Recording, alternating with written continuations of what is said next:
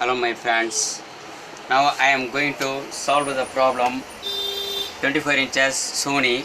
The problem is like this.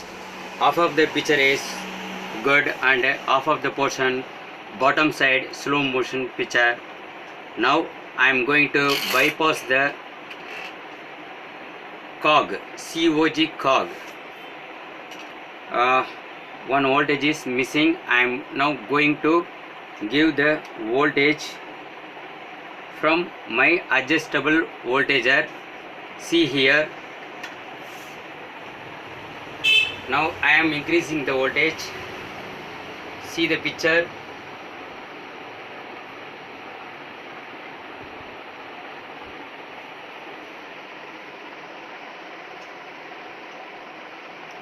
Now the picture is perfectly okay. Now I am reducing the voltage.